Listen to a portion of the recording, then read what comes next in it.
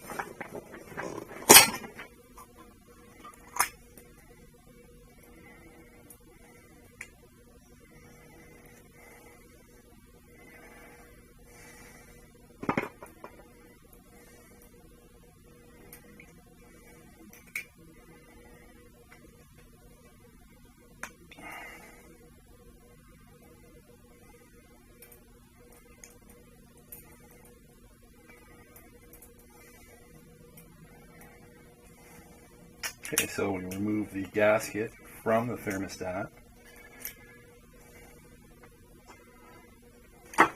and reinstall it into the groove of the housing,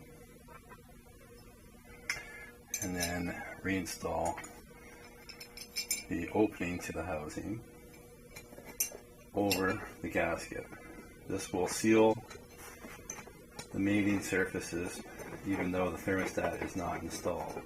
It's a very important step, and you need to do this or your cooling system will leak in this area if you don't do this properly.